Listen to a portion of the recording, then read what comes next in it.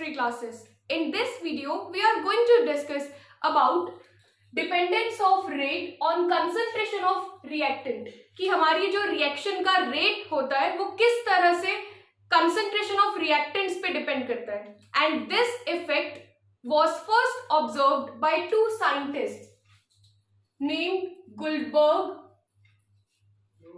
and Wege. Guldberg and Wege was the scientists who put forward the law which is based upon concentration of reactant and rate of reaction. The name of this law is law of mass action. So, अब हम लोग यहाँ पर देखते हैं कि law of mass action क्या होता है. For this, we have to consider a reaction which is A moles of A combines with B moles of B and will give product. अगर हमारे पास में सपोज कि ये केमिकल रिएक्शन है जहां पर A एंड B जो स्मॉल a और B है these are its stoichiometric coefficient and जो कैपिटल A और कैपिटल B है ये हमारे रिएक्टेंट्स है. तो according to law of mass action, law of mass action क्या कहता है कि जो रेट ऑफ रिएक्शन होता है it is always directly proportional to the concentration of product of reactants and raised to the power its stoichiometric coefficient. So this law is known as law of mass action. जहां पे क्या होगा जो product रहेगा concentration of reactant A and concentration of reactant B का ये directly proportional रहेगा rate of reaction के और इन्हीं के रिएक्टेंट के ऊपर इनके stoichiometric coefficient as a power हम लोग लगा देते हैं. So this law is known as law of mass action. Suppose अगर हम लोगों को कोई केमिकल इक्वेशन को बैलेंस करना है और बैलेंस करने के लिए जो भी स्टोइशियोमेट्रिक कोफिशिएंट जो भी नंबर्स हम लोग आगे लगा रहे हैं केमिकल रिएक्शन के उनको जब हम लोग उन्हीं के रिएक्टेंट की पावर पे लगा देते हैं तो उसे हम लोग क्या कहते हैं लॉ ऑफ मास एक्शन कहते हैं. ठीक है. अब यहाँ पर जब हम लोग प्रोपोर्शनैलिटी कांस्टेंट लगाएंगे तो यहाँ पे जो प्रोपोर्शनैलिटी कांस्टेंट लगता है इट इज के concentration of A raised to the power its stoichiometric coefficient and concentration of reactant B raised to the power its stoichiometric coefficient B.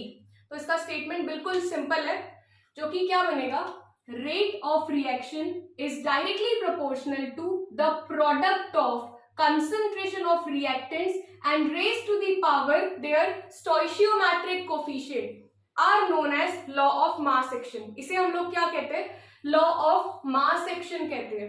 ठीक है.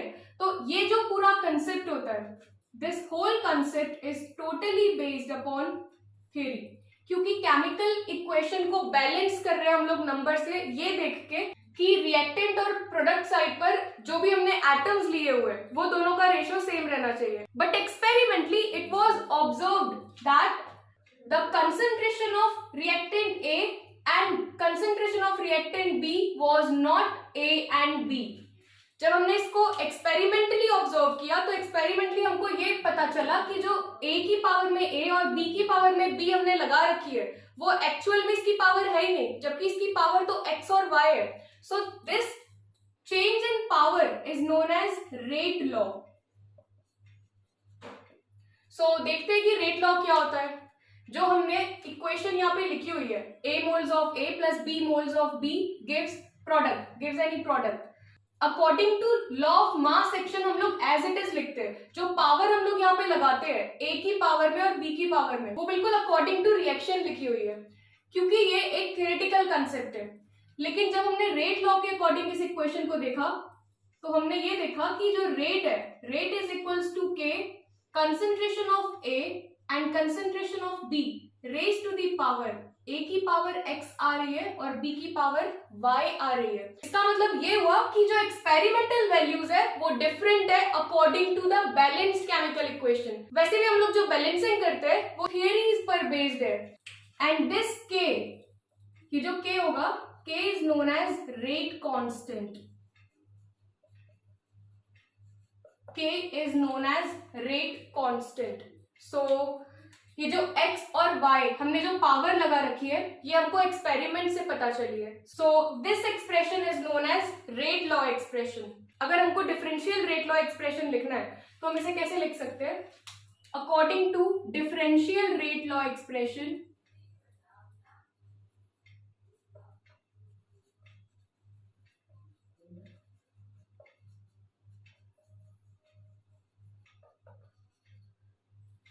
so we write this equation according to differential rate equation minus, क्योंकि हम लोग reactants की बात कर रहे हैं, minus d concentration of reactant R upon dt which is equals to this constant k concentration of reactant A raised to the power x, concentration of reactant B raised to the power y.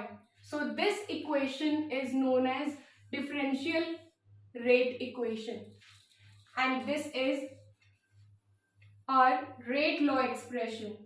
This expression is known as rate law expression.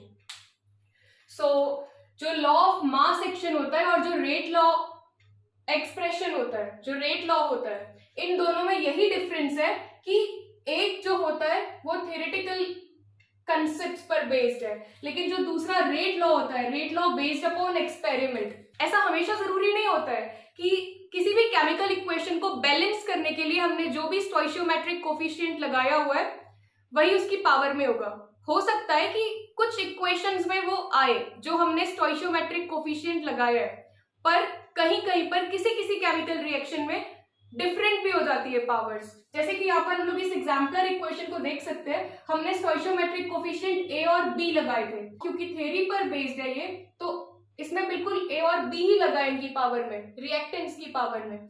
लेकिन rate law के according x और Y हमने लगाई है, जो कि changed है हमारी केमिकल रिएक्शन से, क्योंकि एक्सपेरिमेंटली ए और बी नहीं आ रहा था पावर में, experimentally it was x and Y.